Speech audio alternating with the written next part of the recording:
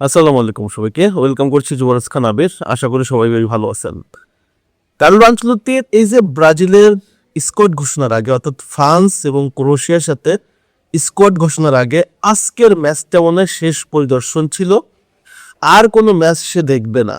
যদিও আজকে রাত্রে সান্তোসের ম্যাচ আছে, সেই ম্যাচটা কার্লো আনচেলত্তি মাঠে থাকবে বলে মনে হয় না।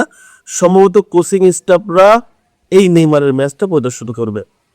আজকের যে ম্যাচটা কার্লো আনচেলত্তি মাঠে বসে দেখছে সেটা হচ্ছে বোটাফোগোর সাথে ম্যাচ ছিল ফ্লামেঙ্গো। এই দুই ম্যাচকে কেন্দ্র করে অনেকগুলো প্লেয়ারই, এই দুইটা টিমের অনেকগুলো প্লেয়ারই কার্লো আনচেলত্তির প্রাথমিক লিস্টে রয়েছে এবং সেখান থেকে মূল স্কোয়াডটা রেডি করার জন্য কিছু প্লেয়ারকে কাছ থেকে দেখার একটু আসলে প্রয়োজনীয়তা মনে পড়ছে কার্লো আনচেলত্তি, যার কারণে কিন্তু এই ম্যাচটা মাঠে বসে দেখছে। এই ম্যাচে কিছু প্লেয়ার খুব সারপ্রাইজিংলি দারুণ পারফরমেন্স করছে এবং কিছু প্লেয়ার তারা আসলে খুবই হতাশ করছে।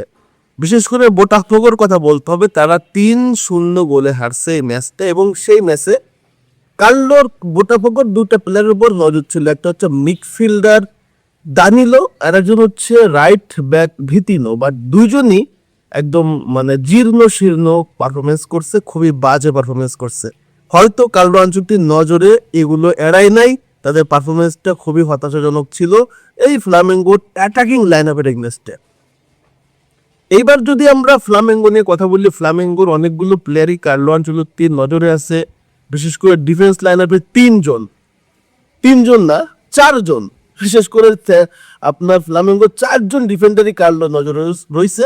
একটা হচ্ছে দানিলো, তারপর হচ্ছে লিও পেরেরা, লিও ওর্টিজ এবং আলেক্সান্দ্রো। এবং এইখান থেকে আমার কাছে মনে হয় 2 থেকে 3 জন কার্লো আনচেলত্তির স্কোয়াডে ঢুকে যেতে পারে। এবং আজকে তো লিও পেরেরা এক কথায় অসাধারণ খেলছে, অসাধারণ বলতে অসাধারণ। লাস্ট সিজনেও ট্রফি জিতছে, যে চমৎকার পারফরমেন্স করছে। অ্যাট দ্য সেম টাইম এই ম্যাচে কার্লো আনচেলত্তির সামনে, বসের সামনে নিজেকে মেলে ধরলো, গোল করলো, ডিফেন্সটাকে একদম মজবুত দেয়ালের মতো সুরক্ষিত রাখলো। ফ্যান্টাস্টিক। কার্লো তো এটা আসলে দেখার জন্য মাঠে গেছে।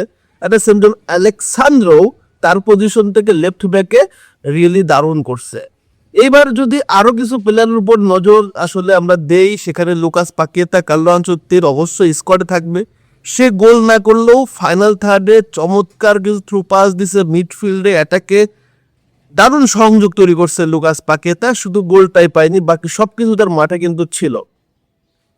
দারুণ খেলছে লুকাস পাকেতা, রিয়েলি ফ্যান্টাস্টিক। এবং তার সাথে লেফট উইঙ্গার সামুয়েল লিনো, যদিও কার্লো আনচেলত্তির প্রাথমিক স্কোয়াডে আছে কিনা সঠিক জানি না। এর আগে একটা ম্যাচ খেলছিল বলিভিয়ার সাথে এবং সেই ম্যাচটাতে সে আসলে পারফরমেন্স করতে পারে না। এরপরে ব্রাজিল দলের বাইরে চলে গেছে, এখন আর নজরে নাই। যদিও সে এই ম্যাচটাতে আনচেলত্তির সামনে দারুণ খেলছে। শুধু একটা ম্যাচ খেলে তো হবে না, পারফরমেন্সটাকে ধারাবাহিকতাতে আসলে রাখতে হবে। অ্যাট দ্য সেম টাইম এই আপনার ফ্লামেঙ্গোর স্ট্রাইকার পেদ্রো, সেও গোল করছে। যদিও পেদ্রো কার্লো আনচেলত্তির নজর আছে কিনা সেটাও কিন্তু পরিষ্কার না। তবে কার্লো যাদের উপর আসলে নজর রাখার জন্য এই ম্যাচটা দেখতে গেছিল, বিশেষ করে দানিলো, আপনার বোটাফোগোর এবং ভিতিনো, তারা দুজন একদম চরম লেভেলের flop. At the same time Flamengo যাদের উপর নজর রাখছে তারা চমৎকার পারফরমেন্স করছে। অর্থাৎ ফ্লামেঙ্গোর যাদের উপরে কার্লো একটু বেশি সিরিয়াস হয়ে ম্যাচটা দেখার পরিকল্পনা করছে এবং তারা সবাই 100-এ 100 নাম্বার পাইছে। আগামীকালকে ব্রাজিলের কোচ কার্লো আনচেলত্তি ব্রাজিলের দল ঘোষণা করবে, তার আগে এই প্রস্তুতিটা, এই যে মাঝে প্রদর্শনটা খুব ইম্পর্টেন্ট ছিল। কাছ থেকে দেখা, প্লেয়ারদের কাছ থেকে দেখা, মাঠের পারফরমেন্সটা বড় করে দেখা, এটা খুব ইম্পর্টেন্ট ছিল এবং সেই কাজটা কার্লো আনচেলত্তি দারুণভাবে করছে এবং প্লেয়াররা দারুণভাবে কোর্সের সামনে পারফরমেন্স শো করছে। দেখা যাক এই প্লেয়ারদের থেকে কে কে আসলে মূল স্কোয়াডে সুযোগ পায়। আলোচনা এতটুকুই। আপনাদের মতামত জানাবেন যে কে কে সুযোগ পেতে পারে মূল স্কোয়াডে। ধন্যবাদ সবাইকে।